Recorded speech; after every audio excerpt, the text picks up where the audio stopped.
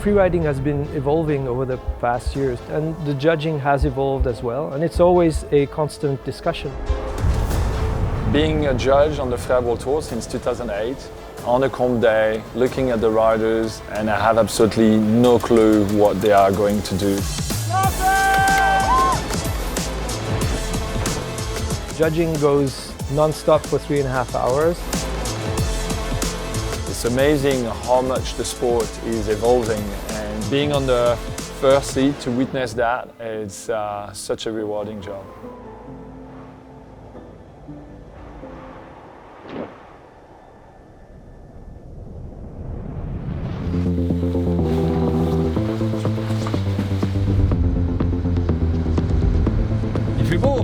I think the riders would like to see someone jumping, you know, but you can do something like this.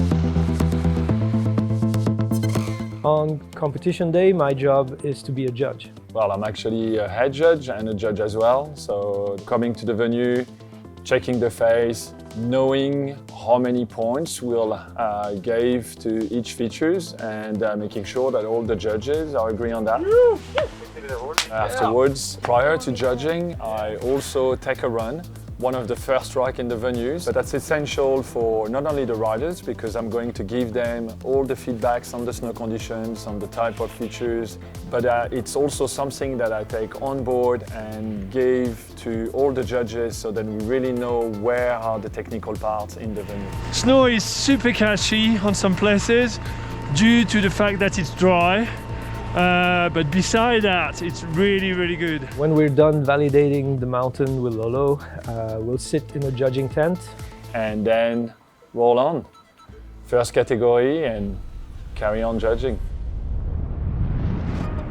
The judges will sit across from the face. And a place where we're gonna have the best look at every possible feature or line that the riders are going to take. Unfortunately, sometimes it could be a bit sketchy to reach. We're up there about like 30 minutes hike, nearly at the top for the judges' place. And behind me over there, you can see the venue have another kind of 50 meters to hike up, and that would give us the perfect view on the rider's line. One of the challenge as a judge is to keep warm, because we will probably be not moving for about 4 hours. Sometimes it's minus 25, and we are in the tent, so in the shade, so we don't really see much sun. Sometimes there's wind coming in the tent as well, and if you start shivering, you can't look through binoculars. So the challenge number 1 is to stay warm, and then challenge number 2 to stay focused. Welcome to the Fieberbrunn Pro. My name is Derek Foos. I'm here with Freeride World Tour competitor Hadley Hammer. We're ready to keep you. So in the judging tent, you've got the 3 judging scoring, 1 video judge, and the head judge. All right, well, this is our panel of judges. We have Commissioner Lolo Besse standing there in the background, Laurent Gauthier from Whistler. We've got our new judge on the tour this year, Jacqueline Pollard, and Berti Denervaud doing co-commissioner work, and Siobhan Chalice as the video judge today. So we are in very good hands. Those judges know exactly what they're looking for and what they're looking at. So usually we have about 1 minute between runs. The break of this minute goes as follows. The first 10 seconds, we say nothing and we point on our sheet of paper from 0 to 100. And the head judge is checking if all the judges are on the same point or not. Okay, so we've got 2 high 80s, 90s and low 80s. I think I'd go quite high. I'm not sure we're going to see much better than that. Then we give a score and we hear the ranking. We validate the ranking. That can take a while. That's when we have discussions. Do you really think it should be behind that person or in front of that person? So we validate the ranking. We might review a couple landings, watch the replay or rewatch a run. I feel the first jump was a bit bigger. Let's check the landing. The first landing was shit, but then she was slow and She did hit the rock. Let's go. Yeah, just under. Okay. I like your bottom section a lot I've more. got I think 83. I know, but the 82. I agree. 85. 83.33, and she's below Nadine and above Molly. Okay, send. Then after 40 seconds, the score should be in. The rider sees his score on the live, and then the live webcast is presenting the next rider.